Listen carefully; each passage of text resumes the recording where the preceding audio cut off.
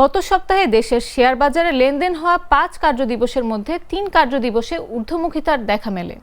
এতে সপ্তাহ জুড়ে প্রধান শেয়ার বাজার ঢাকা স্টক এক্সচেঞ্জে লেনদেনে অংশ নেওয়া যে কয়টি প্রতিষ্ঠানের শেয়ার ও ইউনিটের দাম কমেছে, বেড়েছে তার থেকে বেশি। একই সঙ্গে বেড়েছে সবকটি মূল্যসূচক। এছাড়া বাজার মূলধন বেড়েছে প্রায় ১৬,০০০ কোটি টাকা। তবে কমেছে দৈনিক গড় লেনদেনের পরিমাণ।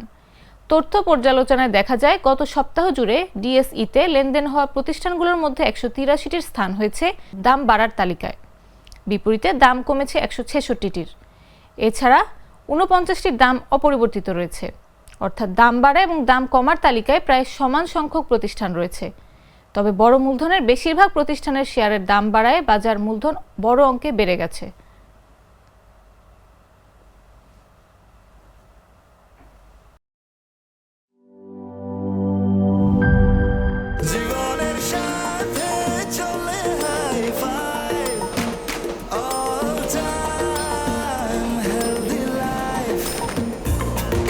জার্নিতে স্বাস্থ্যকর all time family cake, all time healthy life.